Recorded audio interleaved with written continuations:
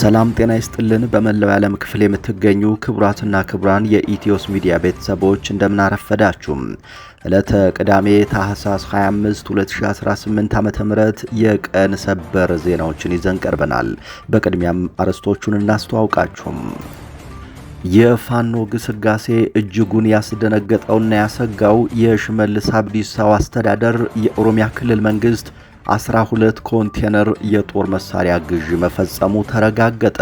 የክልሉ መንግስት የጦር መሳሪያ ግዥውን ከፈጸመ በኋላ ከጅቡቲ ወደብ በመረከብ በያዝነው የታህሳስ ወር አጋማሽ በተሳቢ መኪኖች አጓጉዞ ወደ ኦሮሚያ ክልል እንዲገባ ማድረጉን መረጃውን ያደረሱን ምንጮች አያይዘው ገልጸዋል። የመጨረሻ ማጥቃት አድርገን ፋኖን እናጠፋለን ያለው አገዛዙ ፋኖን ሊያጠፋው ቀርቶ ከባድ ቅርቃር ውስጥ ገብቷል። ይህንን የተረዱት እነ ሽመልስ አብዲሳም ፋኖ ወደ አዲስ አበባ በሚያደርገው ግስጋሴ ኦሮሚያ ክልል ከገባ ያልቅልናል፣ ስለዚህ ሳንቀደም እንቅደም በሚል የጦር መሳሪያዎቻቸውን እያስገቡ ነው። በዝርዝር መረጃው ተዘጋጅቷል፣ ተሰሙታላችሁም። በአማራ ክልል ፋኖ በሚያደርገው ሰሞነኛ ትንቅንቅ ታላላቅ ድሎች መመዝገባቸውን የፋኖ የመረጃ ምንጮች ገለጹ።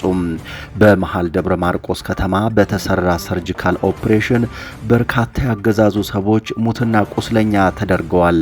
በደብረ ማርቆስ ከተማ ዙሪያው ከባድ ትንቅንቅ ፋኖ በዲሽቃና ሞርተር ምርኮ ተንበሽብሿል። ዝርዝር መረጃውን ይዘናል፣ ትሰሙታላችሁ። ኤርትራ የሰለጠኑ ታጣቂ ኃይሎች የመዋጋት እቅዳቸውን መቀየራቸው ተሰማም። ኤርትራ ሲሰለጥኑ የቆዩት እነዚህ ኃይሎች በምን ምክንያት ሐሳባቸውን ቀየሩ? በዝርዝር መረጃውን ይዘናል፣ ትሰሙታላችሁ። የፖሊስ ኮሚሽነሩ ትናንት አመሻሽ ላይ በቁጥጥር ስር መዋላቸው ተረጋገጠ። ክልሉን በፖሊስ ኮሚሽነርነት የሚመሩት እኚህ ሰው ትናንት አመሻሹን በቁጥጥር ስር መዋላቸውን ባለቤታቸው አረጋግጠዋል። የፖሊስ ኮሚሽነሩን በቁጥጥር ስር ለማዋል በተደረገው ጥረትም የተኩስ ድምጽ ይሰማ እንደነበር ነዋሪዎች አረጋግጠዋል። በዝርዝር መረጃውን ይዘነዋል። ክቡራትና ክቡራን አድማጭ ተመልካቾቻችን ከእኛ ጋር ከቆያችሁ እነዚህንና ሌሎችንም መረጃዎች ይዘናል። በየቀኑና በየሰዓታቱ ልዩነት የምንለቃችሁ አዳዲስ መረጃዎች እንዲደርሷችሁ ቻናሉን ሰብስክራይብ፣ ቪዲዮ ላይክ እና ሼር ማድረጋችሁን አትዘንጉ። መልካም ቆይታ ተመኘን። በአማራ ክልል በአገዛዙ ጦርና በፋኖ ኃይሎች መካከል የሚደረገው ትንቅንቅ ተጠናክሮ ቀጥሏል። የአፋብኃ ቴዎድሮስ እዝ 206ኛ ኮር እና 109ኛ ኮር የአገዛዙን አከርካሪ የሰበረ ታላቅ ተጋድሎ በማድረግ በድል ተንበሽብሸናል ብለዋል። በተጋድሎ ከ6ኛ እዝ ከአንድ ሬጅመንት በላይ ጦር ሙሉ በሙሉ መደምሰሱም ነው የታወቀው። በተጨማሪም በመሃል ደብረ ማርቆስ ከተማ በተሰራ ሰርጂካል ኦፕሬሽን በርካታ ያገዛዙ ሰዎች ሙትና ቁስለኛ ሲደረጉ ከከተማዋ በቅርብ ርቀት በተደረገ ውጊያ ደግሞ አንድ ሞርተርና 2 ዲሽቃ እንዲሁም በርካታ የቡድንና የነፍስ ወከፍ መሳሪያ በፋኖ እጅ ገብቷል። ውጊያው በጎንደር ግንባርም ሲቀጥል በወገራ ወረዳ ሚጦ ተብሎ በሚጠራ አካባቢ በተደረገ ውጊያ 11 ያገዛዙ ወታደሮች መገደላቸውን የታወቀው። በውጊያው ከተገደሉት በተጨማሪ 2 ተሽከርካሪ ሙሉ ቁስለኛ ወታደሮች ለሕክምና ወደ ገደብዬ መወሰዳቸው ታውቋል። ይህ በእንዲህ እንዳለ የፋኖ ግስጋሴ ያሰጋቸውና ፋኖን ማጥፋት እንደማይችሉ ያረጋገጡት የኦሮሚያ ክልል ሰዎች በአፋጣኝ የጦር መሳሪያ ግዥ ላይ መጠመዳቸው ታውቋል። የሽመልስ አብዲሳ አገዛዝ 12 ኮንቴነር የጦር መሳሪያ ግዥን ፈጽመዋል። የኦሮሚያ ክልል መንግስት 12 ኮንቴነር የጦር መሳሪያ ግዥ መፈጸሙን ለጉዳዩ ቅርበት ካላቸው ምንጮች ያገኘነው መረጃ ያሳያል። የክልሉ መንግስት የጦር መሳሪያ ግዥውን ከፈጸመ በኋላም ከጅቡቲ ወደብ በመረከብ በያዝነው የታህሳስ ወር አጋማሽ በተሳቢ መኪኖች አጓጉዞ ወደ ኦሮሚያ ክልል እንዲገባ ማድረጉን መረጃውን ያደረሱን ምንጮች አያይዘው ገልጸዋል። የጦር መሳሪያ ግዥው ከተፈጸመ በኋላ በ12 ኮንቴነሮች ተጭኖ በኦሮሚያ ልዩ ኃይልና በመከላከያ ሰራዊት አባላት ታጅቦ ወደ ኢትዮጵያ እንዲገባና የኦሮሚያ ክልል መንግስት እንዲረከብ መደረጉን ጣቢያችን ያገኘው መረጃ ያሳያል። የክልሉ መንግስት ከዚህ ቀደም ተመሳሳይ ግዢ መፈጸሙን በማስታወስ ከዚህ በፊት የተገዛው የጦር መሳሪያም ከኢትዮጵያ ጅቡቲ በተዘረጋው የባቡር ሐዲድ በኩል በባቡር ተጓጉዞ ወደ ኦሮሚያ ክልል እንዲገባ መደረጉን መረጃውን ለሚዲያችን ያደረሱት ምንጮች አክለው ገልጸዋል። ከዚሁ ጋር ተያይዞ የኦሮሚያ ክልል ከቅርብ ጊዜ ወዲህ ከፍተኛ ቁጥር ያለው የሰው ኃይል በመመልመል ተከታታይ ወታደራዊ ስልጠና እየሰጠ እንደሚገኝ ከክልሉ የፖለቲካና ወታደራዊ ጉዳዮች ጋር ተያይዘው የሚወጡ የተለያዩ መረጃዎች ያሳያሉ። ይህንን ተከትሎ የኦሮሚያ ክልል ከሰሞኑ የተረከበውና ከዚህ ቀደም የፈጸማቸው የጦር መሳሪያ ግዢዎች ዋነኛ ዓላማ በቁጥር እየጨመረ ከመጣው የክልሉ ወታደራዊ ኃይል ጋር ተመጣጣኝ የጦር መሳሪያ አቅርቦት እንዲኖር ለማስቻልና የፋኖ ግስጋሴ ስጋት ላይ ስለጣላቸው ነው ተብሎ ይገመታል። የመረጃችን ምንጮች እንደገለጹት በአቶ ሽመልስ አብዲሳ የሚመራው የኦሮሚያ ክልል መንግስት አዳዲስ የጦር መሳሪያ ግዢዎችን እየፈጸመ የሚገኘው የክልሉን የጸጥታ መዋቅር በሜካናይዝድ ጦርና ብረት ለበስ ተሽከርካሪዎች ለማጠናከር ነው። ይህ በእንዲህ እንዳለ የኦሮሚያ ክልል የጸጥታ መዋቅሩን ለማጠናከር አገልግሎት ላይ ያውላቸዋል የተባሉትን የሜካናይዝድ ጦር መሳሪያዎችና ብረት ለበስ ወታደራዊ ተሽከርካሪዎች ከኢትዮጵያ መከላከያ ሰራዊት ውጪ ሌላ የክልል ጸጥታ መዋቅር ሊታጠቅም ሆነ ሊገለገልባቸው እንደማይችል የሚታወቅ ነው። ሚዲያችን የጦር መሳሪያ ግዢው ከየት ሀገር እንደተፈጸመ ለማወቅ ጥያቄ ያቀረበ ሲሆን የኦሮሚያ ክልል በተለያዩ ጊዜያት የጦር መሳሪያ ግዢዎችን ከመፈጸሙ በዘለለ የግዢውን ዝርዝር ሂደት አላውቅም ሲሉ የመረጃ ምንጫችን ለሚዲያችን ጥያቄ ምላሽ ሰጥተዋል። የፋኖ ኃይሎች ይዞታ ድረስ ሰርገው በመግባት መረጃ ሲያቀብሉ የነበሩ 3 ሴቶች ላይ እርምጃ መውሰዱን ፋኖ አረጋገጠ። በአማራ ክልል ምስራቅ ጎጃም ዞን ውስጥ በሚገኘው ደብረ ኤልያስ ወረዳ ውስጥ 3 ወጣት ሴቶች በአካባቢው በሚንቀሳቀሱ የፋኖ ታጣቂዎች እርምጃ ተወስዶባቸዋል። ድርጊቱ መፈጸሙን ያረጋገጡት የአማራ ፋኖ ብሔራዊ ኃይል ማዕከላዊ ኮማንድ አባል አርበኛ አስረስ ማረዳምጤም 3ቱ ሴቶች ላገዛዙ ሲሰልሉ በመገኘታቸው እርምጃው ተወስዶባቸዋል ብለዋል። የአካባቢው የወረዳ ባለስልጣናት በበኩላቸው ግድያው የተፈጸመው የቀን ስራ ላይ ተሰማርተው በነበሩ ሴቶች ላይ ነው በማለት ከሰዋል። በአማራ ፋኖ ብሔራዊ ኃይል ቴዎድሮስ እዝ 206ኛ ኮር የህዝብ ግንኙነት ስም ፌስቡክ ላይ የተለጠፈ መረጃ የጠላት ተልዕኮ ተቀብለው ለ9 ወራት መረጃ ሲያቀብሉ በነበሩ ባንዳዎች ላይ እርምጃ ተወስዷል በማለት ይገልጻል። የፋኖ ካምፕ አለበት በተባለበት ሁሉ እየተዘዋወሩ መረጃ ሲያቀብሉ እንደነበር የሚገልጸው የፋኖ ኃይሎች የፌስቡክ ልጥፍ በህዝቡ ለደረሰው የህይወት የሀብትና የንብረት ጉዳት ተጠያቂ ናቸው በማለትም ከሷል። በዚህም ምክንያት ሌሎችን ያስተምራል በማለት በእነዚህ ሰላዮች ላይ አስፈላጊው እርምጃ ተወስዷል ብሏል። በማህበራዊ ሚዲያ ላይ ስለተሰራጨው ስለዚህ መረጃ ቢቢሲ ጥያቄ ያቀረበላቸው የአማራ ፋኖ ብሔራዊ ኃይል ማዕከላዊ ኮማንድ አባል አስረስ ማረዳምጤ የጉዳዩን ትክክለኛነት አረጋግጠዋል።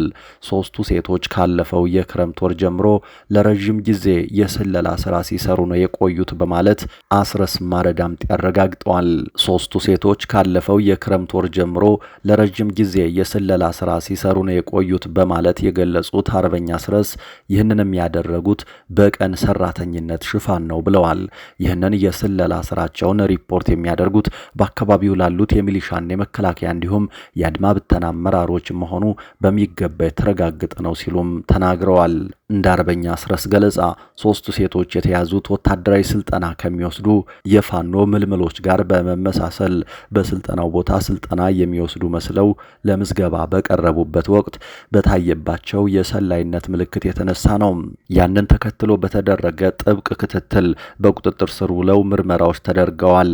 ይጠቀሙባቸው የነበሩ ስልኮችን፣ የነበራቸውን እንቅስቃሴ፣ እነማን ተልዕኮ እንደሰጧቸው ጭምር እነሱም አምነዋል ብለዋል።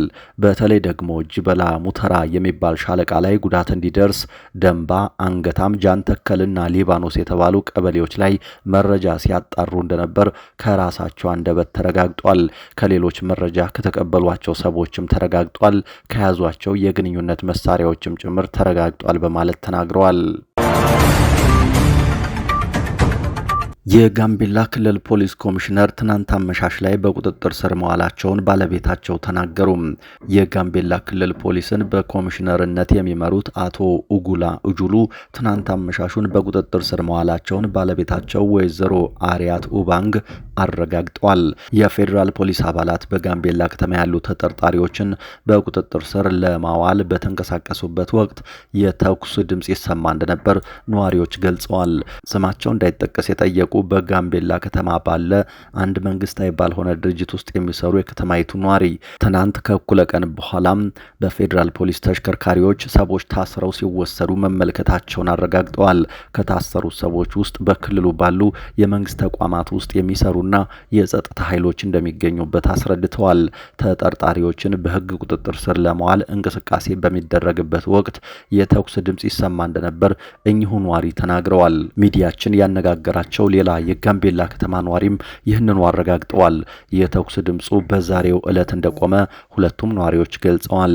በትናንትናው ዕለት በፌዴራል ፖሊስ አባላት በቁጥጥር ስር ከዋሉ ተጠርጣሪዎች መካከል የጋምቤላ ፖሊስ ኮሚሽን ኮሚሽነር አቶ ኡጉላ እንደሚገኙበት ባለቤታቸው ተናግረዋል። አቶ ኡጉላ በፌዴራል ፖሊስ አባላት ተይዘው ወደ ቤታቸው ለፍተሻ ከመወሰዳቸው አስቀድሞ በጋምቤላ ክልል ምክር ቤት ስብሰባ ላይ ነበሩ ተብሏል። በጋምቤላ ከተማ 6 ኪሎ ተብሎ በሚጠራው አካባቢ ወደሚገኘው የፖሊስ ኮሚሽነሩ መኖሪያ ቤት የሄዱ የፌዴራል ፖሊስ አባላት በ4 ተሽከርካሪዎች የተጫኑ እንደነበሩ የአቶ ኡጉላ ባለቤት ገልጸዋል። የጦር መሳሪያ የታጠቁት ፖሊሶች በቤታቸው ፍተሻ ካደረጉ በኋላ ለኮሚሽነሩ ከመንግስት የተሰጣቸው ሽጉጥ ይዘው እንደሄዱ ባለቤታቸው አስረድተዋል። የፌዴራል ፖሊስ አባላቱ አቶ ኡጉላን ወደ ቤት ሲያመጧቸውም ሆነ በፍተሻ ወቅት አካላዊ ጥቃት እንዳልፈጸሙባቸው የገለጹ ሲሆን ፍተሻው ተጠናቆ ባለቤታቸውን መልሰው ይዘዋቸው የሄዱት ለ12 ሰዓት ሩብ ጉዳይ ገደማ እንደነበር ተናግረዋል። ይሁንና የፖሊስ አባላቱ ባለቤታቸው ወደ የት እንደወሰዷቸውና እስካሁንም ያሉበትን እንደማያውቁ አስረድተዋል። በጋምቤላ ክልል የፖሊስ ኃላፊዎች በጸጥታ ኃይሎች ቁጥጥር ስር ሲውሉ ያሁኑ የመጀመሪያ አይደለም።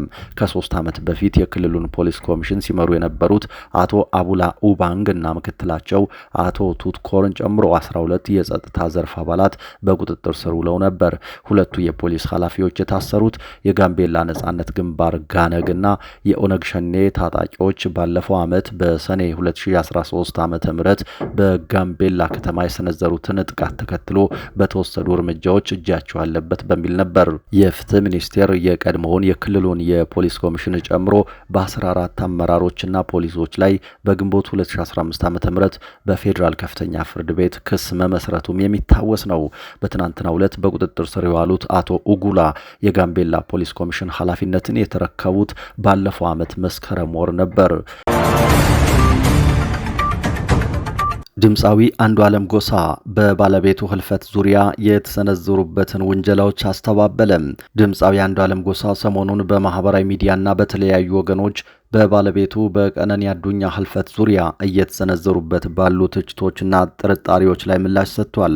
ድምፃዊው በአፋን ኦሮሞ ባወጣው የቪዲዮ መግለጫ ክስተቱ የተፈጸመበትን ሁኔታና ከዚያ በፊት የነበሩ ጉዳዮችን በዝርዝር አብራርቷል። አንዱዓለም በመግለጫው ላይ እንደተናገረው ባለቤቱ ቀነኒ አዱኛ ከዚህ ቀደም በተደጋጋሚ ራሷን የማጥፋት ሙከራ ታደርግ እንደነበር ገልጿል። ይህንንም አስቸጋሪ ሁኔታ ለቤተሰቦቿ በተደጋጋሚ እንዳሳወቀና አባቷ ጉዳዩን እንደሚያውቁ ተናግሯል። ባለቤቱ ህይወቷ ባለፈበት ዕለት ስለነበረው ሁኔታ ድምፃዊው የሚከተሉትን ነጥቦች አቅርቧል። በዕለቱ አብረው እንደነበሩና በተለይ ሐኪም ቤት የእርግዝና ምርመራ ስታደርግ የልደት ፎቶ ልትነሳ ስትልም አድርሻት ስትጨርሽ ደውይልኝ ብያት ነው የሄድኩት። ማታም አብረን ተኝተን ነበር ሲል ገልጿል። ማታ አብረው ተኝተው ስለ ውሎ ስጠይቃት ከጎኑ ተነስታ መሄዷንና ስትቆይበት ተነስቶ ሲፈልጋት የኩሽናው በር በውስጥ በኩል ተቆልፎ እንዳገኘው ተናግሯል። በሩ በላይ በኩል ክፍት ስለነበር ዘሎ ሲገባም ላርጎ ወይም የጽዳት ፈሳሽ ስትጠጣ ማየቱንና ለምን እንዲህ ታደርጊያለሽ ብሎ ሊያረጋጋትና ሊያወራት መሞከሩን ገልጿል። ድምፃዊው እንዲህ ያለውን ድርጊት የማታቆም ከሆነ ለቤተሰቦቿ ነግሮ እንደሚለያዩ ቢነግራትም እሷ ግን ይስፋልህ በማለት በድንገት ሩጣ መዝለሏን አስረድቷል። ሊይዛት ቢሞክርም ሳይሳካለት ቀርቶ መውደቋን ገልጿል።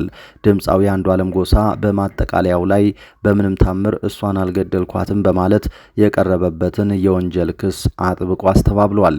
ሽማግሌዎችንም የላኩት ከቤተሰብ ጋር ያለው ግንኙነት እንዲቀጥል በማሰብ እንጂ ካሳ ለመክፈል የሚባለውን ነገር አላውቅም ብሏል። ኤርትራ የሰለጠኑ ታጣቂ ኃይሎች ከአልቡርሃን ጎን የመዋጋት እቅዳቸውን መቀየራቸው ተሰማ። እነዚህ ኃይሎች ለአልቡርሃን ተሰልፈው ከአርኤስኤፍ ጋር ከመዋጋት ይልቅ ገለልተኝነትን መምረጣቸውን የተሰማው ምክንያት የተባለው ደግሞ የእነዚህ ኃይሎች የኔ በልጥ ሽኩቻ እንዲሁም የኤርትራን አካሄድ የመጠራጠር አዝማሚያ በሱዳን ኃይሎችና በአልቡርሃን ጦር ውስጥ በሚገኙት ክፍሎች ጭምር አስጊ ስሜት እያሳደረ በመሆኑ ነው ተብሏል። ሰሞነኛው የሱዳን የኃይል አሰላለፍ ለአልቡርሃን ጦር ከፍተኛ አደጋና ክፍተት መፍጠሩም እየተገለጸ ነው። የተለያዩ ግዛቶችን በአርኤስኤፍ ኃይል ተነጥቋል። የምስራቁን ድንበር አስጠብቆ ለመቆየት የነበረው ተስፋም ተሟጧል የተባለው ሳውዲ አረቢያ የየመን ተፋላሚ ኃይል በሪያድ ለድርድር እንዲቀመጡ ጥሪ አቀረበች። የሳውዲ አረቢያ የውጭ ጉዳይ ሚኒስትር ሳውዲና የተባበሩት አረብ ኤሚሬትስን በቀጥታ ያፋጠጠ ሁነት መከሰቱን ተከትሎ የደቡባዊ የመን ተፋላሚ ኃይሎች በሪያድ ንግግር ላይ እንዲገኙ ጥሪ አቅርበዋል።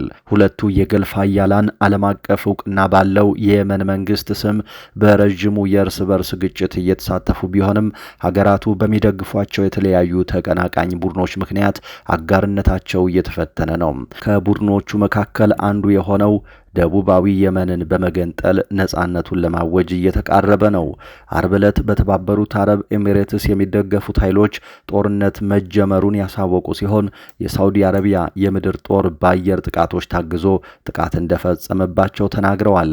በማህበራዊ የትስስር ገጽ ላይ በተለጠፈው የሳውዲ አረቢያ ጥሪ ሁሉም የደቡብ የመን አጀንዳዎች መፍትሄ ለማበጀት በሪያድ ሁሉን አቀፍ ጉባኤ እንዲሳተፉ አሳስበዋል።